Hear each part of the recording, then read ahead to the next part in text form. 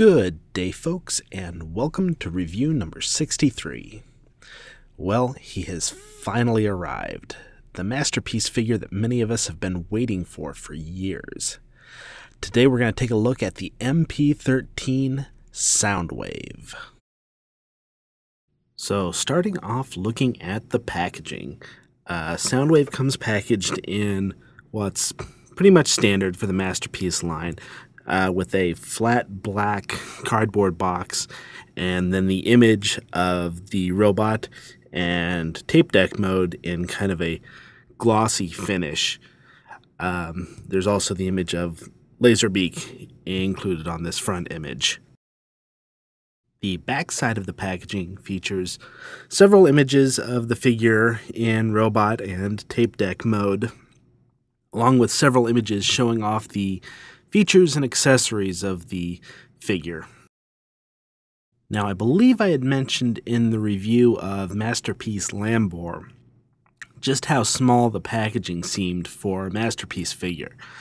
Well, this figure gets back to the larger sized packaging, and to give you an example, since I'm going to be using him a lot for an example here is a reissued G1 Soundwave next to the packaging, and you can just see how large this box actually is. Inside the box, we find a plastic tray which contains Soundwave in his robot mode as well as all of his accessories. And so here we have Soundwave in his robot mode. And this guy just looks phenomenal.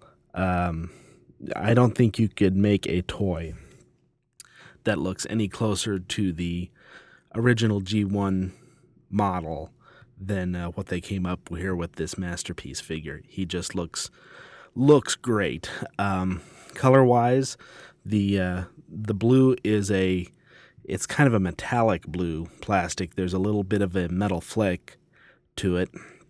The colors, the gold pops, the chrome on the buttons just really shines, and the paint job is just immaculate on it. So this figure earns the name Masterpiece just from that. But getting into articulation, his head, it is hinged and swivels, so he's got full movement in his head.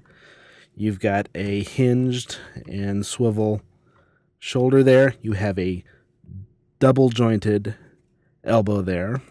You've got a wrist swivel. You have a waist swivel. You've got a hinge there, a double hinged ratcheting hip. One downside to his articulation here is he's limited to one click backwards, so you can't do too many dynamic poses with his legs backwards, but so there is one limitation there. You've got a double thigh swivel there, so you've got your knee joint, and then you've got multi-jointed ankles there. So he is fully posable, besides looking spectacular. So he definitely earns the masterpiece name just from that part of the figure alone. Now, I usually wait to discuss accessories a little bit later after I've gone over the robot, but some of these accessories, I think it's just important to explain them, especially as I'm going over features of Soundwave as a robot.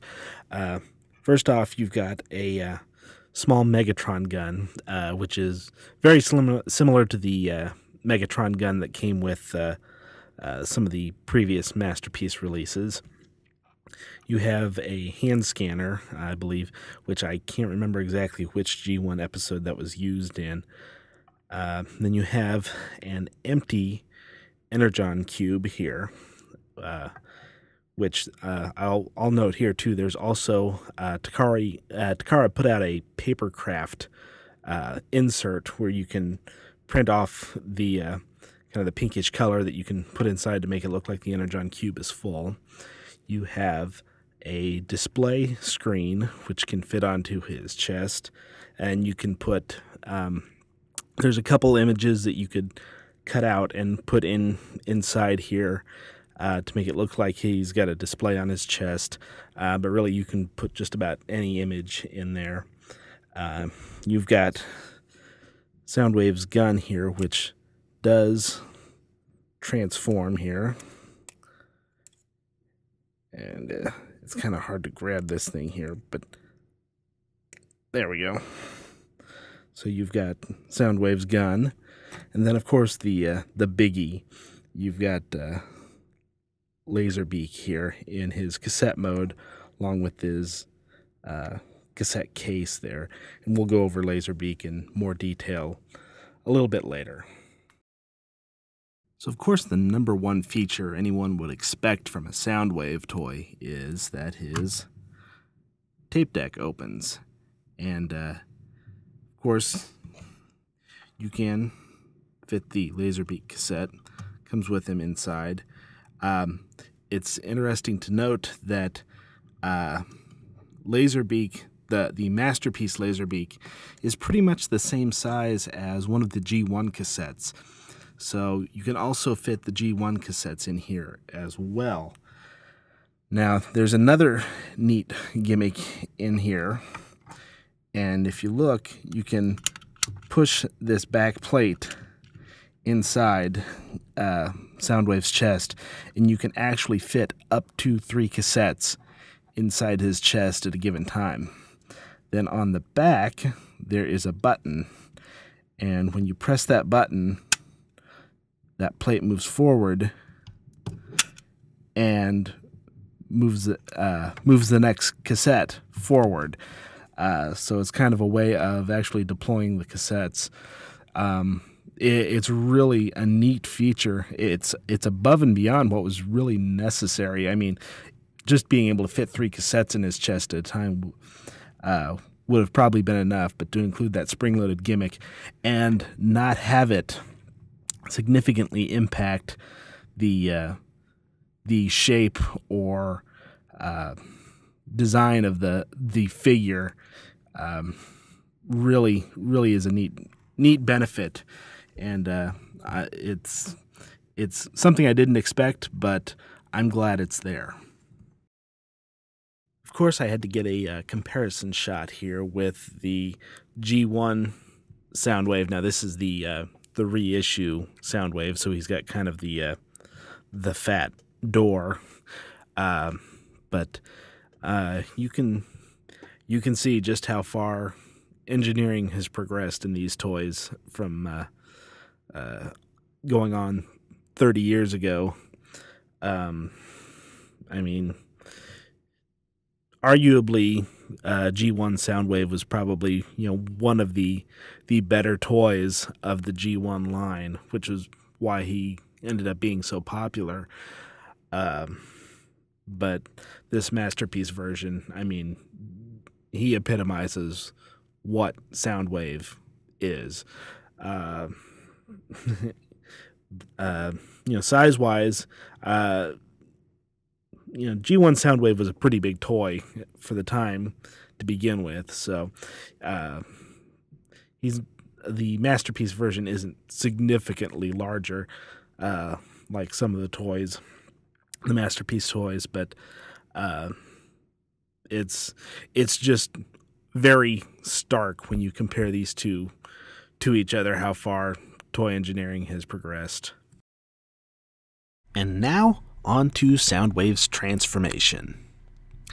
I've found that as the designers of the Masterpiece line strive to make the perfect homage to the look of the G1 characters, they also strive to homage the function of the G1 figures. Soundwave is a great example of this. His transformation is very reminiscent of the way the G1 figure transformed. Yet, at the same time, the designers have included several new little details that bring this figure into the 21st century. For example, his shoulder cannon is now part of the transformation rather than a detachable accessory. His feet swivel around and become a part of the alt mode rather than just folding away. And his legs retract, similar to the way Masterpiece Optimus's legs retract. All of these little touches help liven up a 30-year-old transformation scheme in a way that's really enjoyable. Now, the only downside I've found with the transformation scheme is that the part of the legs that folds around the feet can be pretty tight. As these joints appear to be more delicate, I would caution you to be careful when transforming them. Otherwise, I think this is a great transformation process. So here is Soundwave in his tape deck mode, and as expected, he looks like a Soundwave tape deck. About the one complaint I have, well, there's a couple complaints here. One is that the colors of blue don't quite match, and that may have been intentional, but something about it just bugs me, and I wish they had been able to use a consistent blue color there. He's fairly thick,